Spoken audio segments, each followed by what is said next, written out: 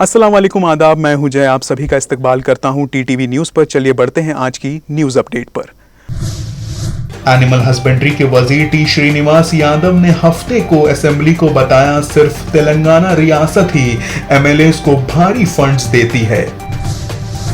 रूस का यूक्रेन पर हमले का आज 18वां दिन। रूस ने मगरबी यूक्रेन में पोलैंड बॉर्डर के पास 8 मिसाइलें दागी। रूसी फौज कीव से 16 किलोमीटर दूर पहुंची।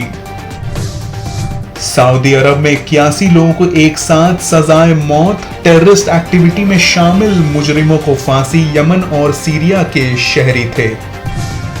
100 रन के दरमियान श्रीलंका ने गंवाया अपना 7वां विकेट। भारत से अभी भी 156 रन पीछे। Anupam Kher star the Kashmir files के बिजनेस में करीब 140% का ग्रोथ। फिल्म ने 2 दिन में कमाए 12.05 करोड़। न्यूज अपडेट में आज के लिए बस इतना ही। मुझे दीजिए इजाजत। अल्लाह हाफिज।